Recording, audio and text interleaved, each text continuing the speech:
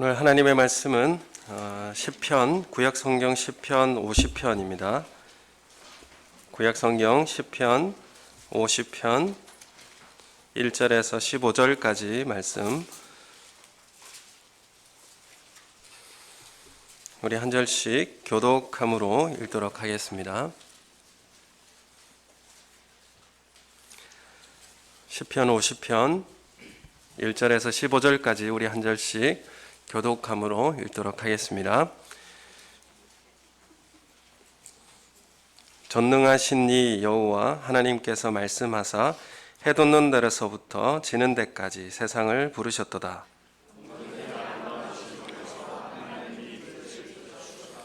우리 하나님이 오사 잠잠하지 아니하시니 그 앞에는 삼키는 불이 있고 그 사방에는 광풍이 불리로다.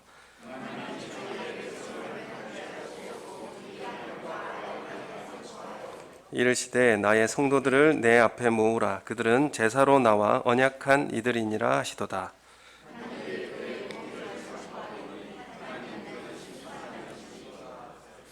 내 백성아 들을지어다. 내가 말하리라. 이스라엘아 내가 내게 증언하리라.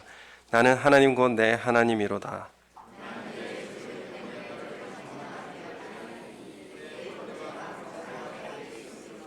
내가 내 집에서 수소나 내 우리에서 순념소를 가져가지 아니하리니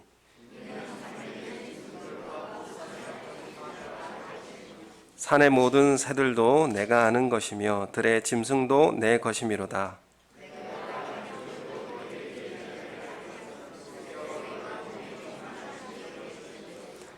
내가 수소의 고기를 먹으며 염소의 피를 마시겠느냐? 같이 읽겠습니다. 환난 날에 나를 부르라. 내가 너를 건지리니 내가 나를 영화롭게 하리라. 아멘. 반갑습니다. 우리 2020년 추수감사절 예배로 하나님 앞에 드리게 된 은혜를 감사를 드리고요. 또 오늘 한 해는 특별히 많은 어려운 일들도 있었고 생애 참 겪어보지 못한 우리 교회에서도 이런 일들을 겪게 되었습니다. 앞서서 우리 함께 앞뒤 좌우에 계신 분들 인사하겠습니다. 오래간만에 오신 분들도 많이 계시는데 함께 사랑합니다, 축복합니다 또 보시면서 앞뒤 좌우에 보시고 인사했으면 좋겠습니다. 네, 가정에서 예배 드리시는 분도 하나님의 은혜 또 사랑합니다, 축복합니다 고백하는 그런 감사의 예배가 되면 좋겠습니다. 추수감사절에 오랜만에 오신 분들도 계시고 너무 반갑고 또 감사를 드립니다. 우리가 감사하라고 할 때에 우리가 인사할 때도 감사합니다 이렇게 인사하시는 분들도 많이 있고, 그래서 감사는 우리에게 참 많은 유익도 주고 능력을 준다는 사실도 우리는 잘 알고 있습니다. 근데 우리가 잘 안 되는 것들이 이 감사하는 능력이죠. 감사는 사실 받았다고 하는 거를 받았다고 표현하는 겁니다. 잘 받았다는 것을 표현하는 것인데, 선물을 받았다거나 어떤 혜택을 받았을 때에 고맙다는 인사를 하는 것입니다. 그래서 감사한다는 것은 받은 것을 받았다고 그렇게 말하는 것이죠. 우리는 살면서 고마운 것들을 많이 경험하게 됩니다. 그런데 이 고마운 것이 당연하게 생각되면 그건 감사가 사라지게 되는 것이죠. 감사가 사라지게 되면 어떻게 될까요? 감사가 사라지면 그 마음에 불평과 불만이 자리 잡을 수밖에 없습니다. 예수님을 믿는다고 해서 우리의 삶이 모든 것이 다 바뀌는 것은 아닙니다. 아픈 것이 당장 내일 낫게 되는 것도 아니고, 믿음으로 사업을 한다고 해서 우리가 만지는 모든 것들이 다 잘 되고 다 금으로 바뀌는 것도 아닙니다. 믿음으로 공부한다고 해서 우리 자녀들이 모두 다 좋은 대학에 다 합격하는 그런 것도 아닌 줄 우리 다 알고 있습니다. 그런데 우리가 예수님을 잘 믿으면, 신앙이 좋다고 한다면 우리는 틀림없이 우리 삶에 감사가 넘치게 된다고 말씀하고 있습니다. 우리는 예수 믿으면, 신앙이 좋으면 감사하는 삶을 살게 된다고 분명하게 말씀하고 있습니다. 시련이 있을 때라도 감사하는 사람이 된다는 것입니다. 하나님은 이 믿음의 사람들에게 감사가 넘치게 한다고 말씀하세요. 이 감사로 제사 드리는 자가 나를 영화롭게 할 것이다. 이렇게 오늘 14절 15절 말씀에 이렇게 말씀하고 있습니다.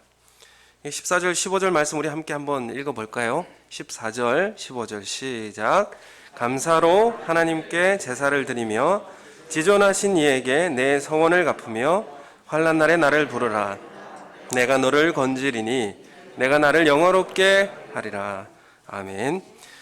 네가 나를 영화롭게 할 것이다. 네가 나를 영화롭게 하는 것이 뭐가 있느냐? 첫 번째, 감사로 예배드리는 것이다. 감사로 제사 드리는 것이다. 첫 번째로 말하고 있습니다. 여러 가지 하나님을 기쁘시게 하고 하나님을 영화롭게 하는 그 요소들이 있는데, 첫 번째는 감사로 하나님 앞에 예배를 드리고, 또한 선포된 말씀을 듣고 마음에 다짐한 것들을 실천하고, 이 두 번째고, 세 번째는 힘들고 어려울 때, 어려운 일이 있을 때 사람들에게 부탁하지 않고 하나님께 간구하며 부르짖는 것, 하나님이 개입하실 것을 기대하고 하나님 앞에 기도하는 것을 통하여서 나를 영화롭게 할 것이다. 이렇게 말씀하고 있습니다. 그래서 하나님이 기쁘게 하는 일들이 여러 가지가 있는데 우리가 다 소중한 것들입니다. 그 중에 가장 첫 번째가 무엇인가? 그것은 감사로 하나님 앞에 제사를 드리는 것이다. 이렇게 말씀하고 있습니다. 당시 이 수소나 순념소는 참 비싼 재물이었습니다. 그런데 하나님 뭐라고 말씀하시냐면 그거 다 내 것이다. 이렇게 말씀하고 계시고, 공중에 나는 새들 내가 모르는 것들이 하나도 없다. 다 내 것이다. 이렇게 말씀하고 계십니다. 하나님은 비싼 것으로 배부르지 않으십니다. 비싼 것으로 채우지 않으신 분입니다. 주님이 원하시는 것은 무엇일까요? 하나님께서 원하시는 것은 마음으로 예배드리는 것입니다. 가슴으로 하나님 앞에 예배하는 것입니다. 여러분, 예배의 본질은 어디에 있는가? 그건 감사에 있다. 이렇게 말씀을 드릴 수 있고요. 그리고 말씀을 듣고 결단하게 되지 않습니까?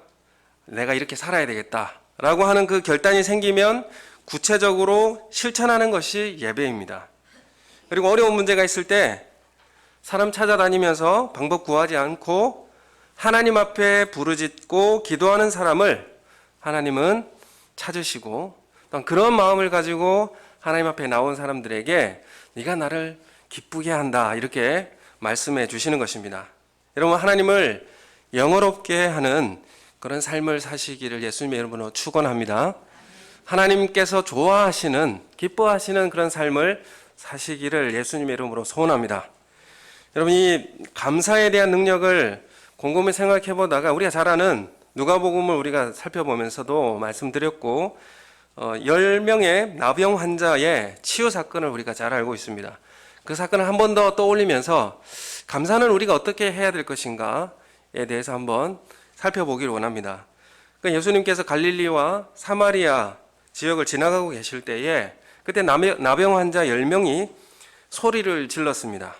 뭐라고 소리 질렀냐면 예수 선생님이여 우리를 불쌍히 여기소서 하면서 소리로 크게 부르짖었습니다. 당시 이 나병 환자가 어떤 사람들입니까? 나병 환자는 하나님께 저주받은 사람들이다, 버림받은 사람들이라고 하는 그런 사람들을 상징하는 대표적인 병이었습니다. 그래서 나병 환자들은 건강한 사람들과 같이 살 수가 없었고, 나병 환자들을 보면 돌을 던졌습니다. 가까이 오지 못하도록. 그래서 그 사람들은 돌에 맞아 죽는 사람들도 있었고 아주 비참한 삶을 살 수밖에 없었던 사람들이었습니다. 그래서 이 비참함과 절망 그리고 희망이 없이 살아가는 삶을 상징적으로 보여주는 그런 사람이 바로 나병 걸린 사람입니다. 그래서 이 10명의 나병 환자들이 몰려다녔습니다. 그런데 예수님에 대한 소식을 들었어요. 예수님께서 질병도 고치시고 귀신 들린 자도 쫓아낸다, 이런 소문을 들었습니다. 그래서 우리도 예수님을 만날 수 있지 않을까, 그런 기대를 가지고 있을 때에 예수님의 행렬을 보게 되었습니다. 그때 그들은 소리를 지른 것이죠. 왜 소리를 질렀겠습니까? 가까이 갈 수가 없으니까요. 내 목소리가 들려야 되잖아요. 그래서 큰 목소리로 할 수 있는 만큼 최대한 큰 목소리로 예수 선생님이여 이렇게 부르짖었을 겁니다. 그래서 우리를 불쌍히 여기소서 하고 이렇게 부르짖었어요. 예수님은 그들에게 다가가서 뭐라고 말씀하시냐면 가서 제사장들에게 내 몸을 보여라 이렇게 말씀해 주세요. 사실 이 말을 잘 생각해 보면 제사장들에게 가서 네 몸을 보여라 이렇게 말씀을 해 주시는데 이 말에는 뭐가 담겨 있냐면 너 치료 받았다라는 그런 선언이 담겨 있습니다. 왜냐하면 제사장에게 가서 이 전염병이 나은 것에 대한 깨끗이 나았다는 것에 대한 확인을 받아야 다시 사회로 들어갈 수 있고 정상적인 생활을 할 수 있기 때문에 그렇습니다. 그래서 예수님이 가서 제사장들에게 네 몸을 보여라 이 말은 이미 나았다라고 하는 내용이 담겨져 있는 것이죠. 사실 이 10명의 나병 환자들이 예수님께 듣고 싶은 말은 무슨 말이었습니까? 네가 나을지어다 이렇게 이 말을 지금 듣고 싶었는데 근데 제사장에게 가서 내 몸을 보여라 이렇게 말씀을 하시는 거죠. 이 말에는 순종하기까지 고민이 담겨 있는 내용입니다. 순종을 해야 하는 데 있어서 고민이 많이 생기는 말씀이죠. 왜냐하면 이미 문제는 해결되었다는 메시지인데 그런데 현실을 돌아보면 나병은 그냥 그대로 있고 문제도 그냥 그대로 있는 거예요. 예수님의 말씀에는 풀어야 할 메시지가 담겨 있습니다. 그것은 병을 고치는 데는 믿음이 필요하다는 거예요. 믿음을 주기 위해서는 나병이 있음에도 제사장에게 가라고 예수님은 지금 말씀하고 계시는 겁니다. 진짜 믿음을 갖기 전에 우리에게는 많은 고민과 이성적 갈등이 오게 됩니다. 이러한 갈등을 겪으면서 우리는 믿음의 세계로 들어가게 되는 거죠. 이 나병 환자들이 여전히 나병이 있는데 제사장에게 가야 돼요. 사실 제사장에게 가면 나병 환자로서 제사장에게 갈 수 없는 상황이지 않습니까? 그래서 고민이 되는 겁니다. 예수님은 분명히 이건 나았다는 메시지 같은데 이 믿음을 가지고 제사장에게 가야 되는 것이죠. 믿음과 순종을 실천해야 되는 것입니다. 누가복음 17장 14절에 보면 가서 제사장들에게 너희 몸을 보이라 하셨더니 그들이 가다가 깨끗함을 받은지라. 아멘. 이렇게 기록하고 있습니다. 지금 그들이 가다가 깨끗함을 받았다 이렇게 기록하고 있어요. 믿음의 순종이 그들을 깨끗게 하였다라는 것을 기록하고 있습니다. 이 믿음에 있어서 이성적 고민과 갈등이 있다는 것입니다. 제사장에게 도착하기 전에 나병이 다 없어진 것입니다. 예수님은 그들에게 나병도 치유해 주셨고 동시에 뭐도 주셨습니까?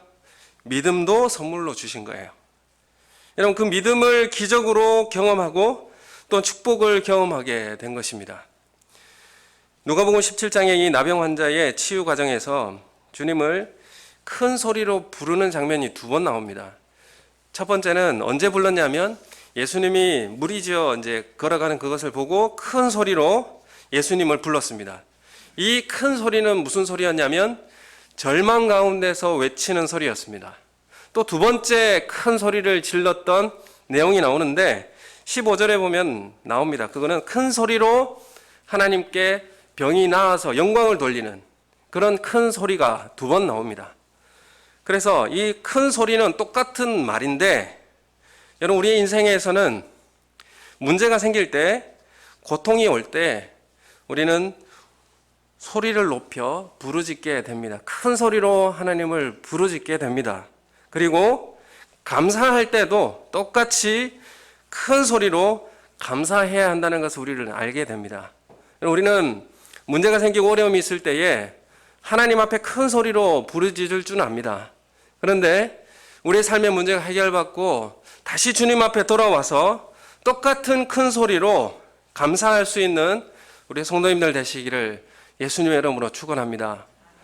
여러분 내 삶에 찾아온 이 감사한 일에 소리를 높이는 일은 사실은 나병 환자의 비유를 보면, 이 사건을 보면 10명의 한 사람만 돌아왔다 이렇게 기록을 하고 있습니다.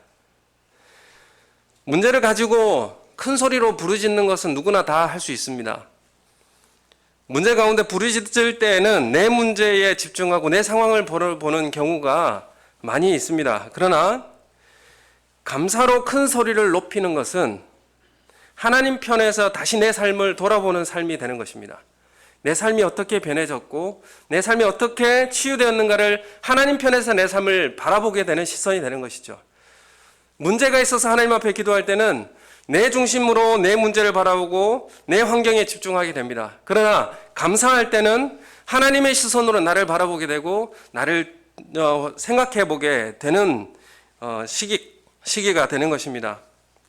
그래서 감사한 이 이방인 이 한 사람은 15절 오늘 말씀해 보면 우리 함께 읽어볼까요? 떠 있는데 시작.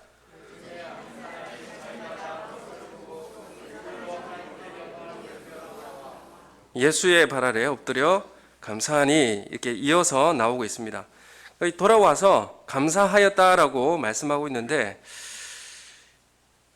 하나님을 바라보는 것이 하나님을 다시 바라보고 나를 돌아볼 수 있는 것이 바로 감사하는 일이다 이렇게 말씀하고 있습니다. 그러면 10명 중에 1명만 돌아와서 큰 소리로 하나님께 감사했습니다. 9명은 어디 갔을까요? 여러분 이 9명은 아마도 말은 하고 있지 않지만 자신의 가정으로 돌아갔거나 그 자신의 그런 기쁨을 가지고 다시 삶으로 돌아갔을 것입니다. 그냥 그러고 끝났을 것인지도 모르겠습니다. 그냥 그 모든 기적적인 축복과 혜택도 그냥 내 자랑으로 끝나버릴 수도 있었을 겁니다. 내가 하나님 앞에 기도해서 내가 이렇게 잘된 거야 라고 내 자랑으로 끝나고 감사를 잃어버린 그런 삶을 살았을지도 모르겠습니다.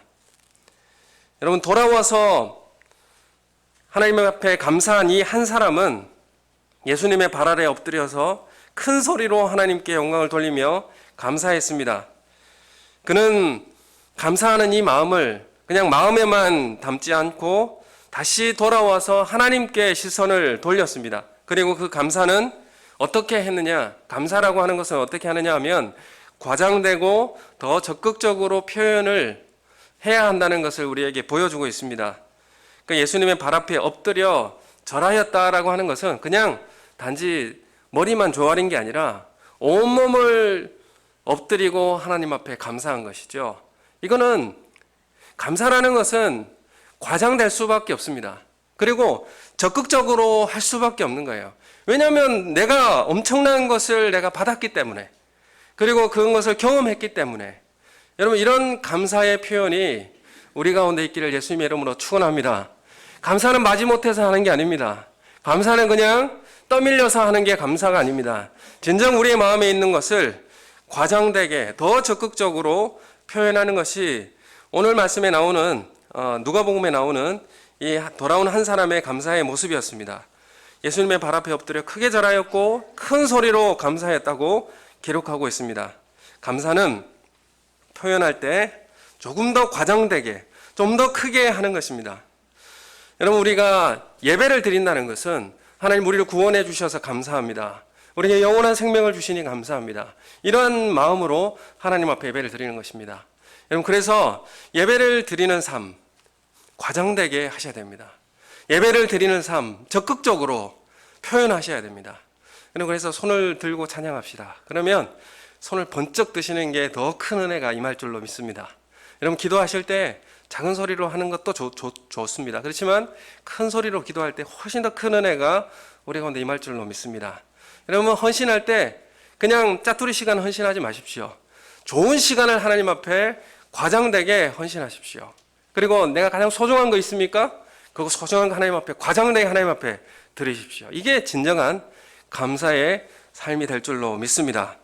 주님은 이 감사의 표현을 통하여서 뭐라고 말씀하시냐면 이 감사하러 돌아온 이 한 사람에게 일어나 가라 내 믿음이 너를 구원하였다 이렇게 말씀하세요. 9명은 이 소리를 듣지 못했습니다. 돌아온 한 사람만 네 믿음이 너를 구원하였다 이렇게 말씀해 주고 계십니다.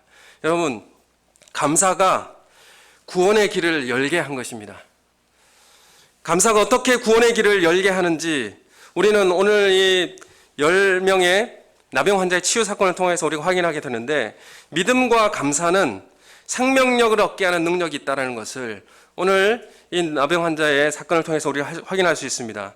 이런 불평과 원망이 마음에 자리 잡지 못하도록 오늘부터 감사의 고백을 하시는 우리 성도님들 되시기를 원합니다. 여러분, 한 명만 돌아와서 감사한 이 사람이 누구라고 분명하게 소개하고 있습니다. 뒤늦게 소개하고 있는데 이 사람은 사마리아 사람이다 이렇게 알려주고 있습니다. 그러면 오지 않은 9명의 사람은 누구일까요? 그 사람은 유대인이었을 것입니다. 평소 같으면 유대인과 사마리아인이 같이 상종할 수 있습니까? 같이 모여서 살 수 있습니까? 상종하지 못하지요. 사마리아인과 유대인들은 적대적인 관계입니다. 서로를 비난하고 서로 함께 할 수 없는 사람입니다. 그런데 나병에 걸리니까 그런 것이 필요가 없어졌어요. 다 똑같아진 겁니다. 여러분, 우리는 모든 사람 다 똑같이 은혜가 필요한 사람들입니다. 도움이 필요한 존재입니다. 여러분, 나병에 걸리고 나니까 똑같아진 걸 알았어요. 나병에 걸린 거, 내가 나병 걸린 줄 아니까 똑같아진 거예요. 이것이 우리의 실존입니다. 여러분, 우리 가운데 상종하고 싶지 않은 사람이 있습니까? 나는 좀 괜찮은 사람이라고 생각하시는 분이 있습니까? 여러분, 문둥병은 죄인을 의미합니다. 소외되고 박탈당한 사람입니다. 가장 낮은 사람을 대변하는 사람이 바로 나병 환자입니다. 가족들에게도 버림받고 공동체에서도 분리되고 인적이 뜸한 곳에서 단절된 생활을 하면서 죽음을 기다리며 살아가야 되는 그런 비참한 삶이 바로 나병 환자들의 삶의 모습이었습니다. 이게 죄인의 모습입니다. 죽기만을 기다리고 있는 삶. 모두가 치료를 원했고 고통 중에 주님을 부르짖었습니다. 그리고 예수 그리스도 안에서 치유와 회복을 얻었습니다. 그러나 단 한 사람만이 돌아와서 큰 소리로 감사했습니다. 그리고 주님은 일어나 가라, 내 믿음이 너를 구하였다, 구원하였다. 여러분, 감사는 우리의 구원을 확인케 해주고 그 영적 구원을 우리 가운데 허락해 주실 줄로 믿습니다. 여러분, 육신의 피로나 질병은 나음받을 수 있습니다. 그러나 영혼의 구원이라고 하는 것, 영혼에 대한 구원의 감사는 우리에게 감사로 주어진다는 사실을 기억하시길 원합니다. 여러분, 감사를 통하여서 나에게 구원이 얼마나 큰 기쁨이요 능력인지를 확인할 수 있는 귀한 은혜가 우리 성도들 가운데 있기를 예수님의 이름으로 축원합니다. 여러분, 감사하는 사람만이 영혼의 질병을 볼 수 있고 감사하는 사람이 구원 얻는 믿음을 가질 수 있습니다. 오늘 추수감사절을 통하여서 감사의 능력을 회복하는, 감사할 수 있는 삶을 사는 우리 성도님들 되시기를 소원합니다. 여러분, 감사는 수용하는 것입니다. 받아들이는 거예요. 내 삶을 받아들이고 우리 환경을 받아들이는 것이 바로 감사입니다. 나를 고쳐주셨음을 수용하고 나를 구원하셨음을 수용하고 나를 돌보셨음을 수용하는 것입니다. 받아들이는 겁니다. 받아들이면 행복해져요. 감사라는 것은 그래서 수용할 때 행복해진다는 의미가 거기에 담겨 있습니다. 여러분, 그래서 감사할 때 우리는 행복을 경험하게 돼요. 여러분, 삶을 받아들일 때 여러분 적극적으로 수용할 필요가 있습니다. 감사도 큰 소리로 하고 적극적으로 하듯이 이 삶을 받아들일 때 있어서 적극적으로 수용할 필요가 있는 것이죠. 우리 교회에서도 어떤 분이 한 주 동안 출장으로 교회를 나가지 못했는데 그 뒤에 교회에 올 때 성도님들이 이렇게 말해주는 거죠. 집사님 안 계시니까 정말 허전했어요. 이렇게 반겨주시면 그분 얼굴이 환해지죠. 사람들을 날 맞아줄 때에, 수용해 줄 때에 행복합니다. 나를 맞아주시고 나를 받아들여 줄 때에 행복감이 있습니다. 이런 수동적인 수용에서도 행복하다면은 적극적으로 나에게 주어지는 것을 받아들일 때는 얼마나 더 행복해지게 되겠습니까? 그래서 아침에 일어나서 창문을 열고 공기를 마시면서 아, 나는 오늘도 살아있구나. 그리고 걸으면서 아직 내 팔과 두 팔이 아직 움직이고 있구나. 라고 능동적으로 우리가 수용하는 자세가 우리 가운데 필요하다는 것입니다. 그럴 때 우리에게 행복이 오는 것입니다. 오늘 우리 옆자리에 앉으신 집사님, 권사님 통하여서 오늘 옆에 있는 집사님을 통하여서 내가 오늘 행복합니다. 이렇게 능동적으로 수용할 때 행복감이 오는 것이죠. 오늘 옆자리에 계신 분에게 한번 그렇게 수용하듯 감사함으로 한번 인사해 볼까요? 오늘 옆에 권사님, 집사님이 계신 분은 행복합니다. 한번 옆에 분 한번 이야기해 보십시오. 오늘 옆에 계신 분이 함께 계심으로 내가 행복합니다. 오늘 예배드리면서 이 앞에 계신 제일 앞에 계신 집사님 최초인 것 같은데요. 정말 제 가까이 나오신 분은 최초인 것 같습니다. 정말 가까이 하나님 앞에 가까이 나오시듯이 저에게 가까이 나오시고 또 하나님의 은혜에 가까이 나오시는 우리 성도님 되시기 원합니다. 여러분, 나에게 함께 있어 주셔서 감사합니다라고 수용하실 때에 여러분 우리에게 감사의 행복이 깃들 줄로 믿습니다. 여러분, 그래서 행복이라고 하는 것, 잘 수용할 때 우리에게 주어진다라는 것을 우리에게 말씀하고 있습니다. 그러면 반대로 수용하지 못하고 받아들이지 못하면 뭐가 올까요? 답답함이 오고 불편해지게 됩니다. 여러분, 받아들이지 못하면 비판과 불평이 우리 가운데 자리 잡을 수밖에 없습니다. 여러분, 이스라엘이 광야의 여정 가운데서 충분히 감사할 수 있는 조건이 많았습니다. 그런데 그 이스라엘 백성들은 감사를 잃어버리고 불평과 원망을 하였던 것이죠. 하나님의 기적과 인도하심이 분명히 있었지만 물이 없는 광야를 그들은 받아들일 수 없었습니다. 우리가 하는 이 불평과 비판이 사실은 정당할 수 있습니다. 여러분, 우리가 가지고 있는 비판이 100번 오라도 중요한 것은 그것은 내가 행복을 느끼지 못하게 된다는 것입니다. 그게 아무리 옳더라도 그건 나에게 행복을 가져다 줄 수가 없습니다. 받아들이지 못하는 것이 마음을 답답하게 만드는 것입니다. 비록 열악한 상황이라도 그곳에서 맛볼 수 있는 좋은 점을 발견한다면 다른 차원의 행복이 우리 가운데 찾아오게 될 것입니다. 여러분, 코로나로 좀 답답하지만 말하기도 좀 답답하고 그렇지만 여러분, 하늘이 청명하고 공기는 좋아지는 행복이 있지 않겠습니까? 다시 한번 우리 삶을 돌아보시고 하나님께서 우리에게 무엇을 주시고자 오늘 우리에게 이렇게 인도하셨는가 적극적으로 수용하시고 감사하시는 우리 성도님들 되시기를 예수님의 이름으로 축원합니다. 여러분, 내가 내 힘으로 돈을 벌었다고 생각하면 행복이 조금 반감됩니다. 왜냐하면 내가 노력해서 내가 벌었으니까요. 그렇지만 더 많이 벌 수 있었는데 적게 벌었다고 생각하면 뭐가 생깁니까? 억울함이 이제 생기는 것이죠. 그래서 우리의 마음에 우리 어떤 집사님 이야기에 왜 나는 집만 팔면 그때 집값이 오를까? 왜 집만 팔면 그때부터 집값이 오를까? 이렇게 생각하면 사실 더 불행해지는 것이죠. 여러분, 우리에게 있어서 이스라엘의 역사에 있어서 우리의 삶도 마찬가지입니다. 내 삶에 정말 충격이 다가올 수 있는 것이죠. 그동안 내가 쌓아온 신앙, 믿음 이런 것들이 한순간에 무너지는 것을 경험할 때가 있습니다. 그것이 사람으로 인해서든 어떤 삶을 통해서든 그런 역사적 내 삶 속에서 모든 것이 무너지는 그런 충격을 경험한 적이 있습니다. 이스라엘도 마찬가지고요. 이스라엘에게 있어서는 하나님의 선택된 백성이고 하나님의 함께 하시는 나라로 그렇게 다짐하고 믿고 있었습니다. 그런 상징적인 의미가 뭐였냐면 성전이 있고 그리고 예루살렘 성이 있고 그래서 이 하나님 나라가 든든히 세워져 있다라고 하는 이 사실이 우리는 선택된 백성이요 하나님께서 우리와 함께 하신다는 것을 그렇게 신뢰하고 살았습니다.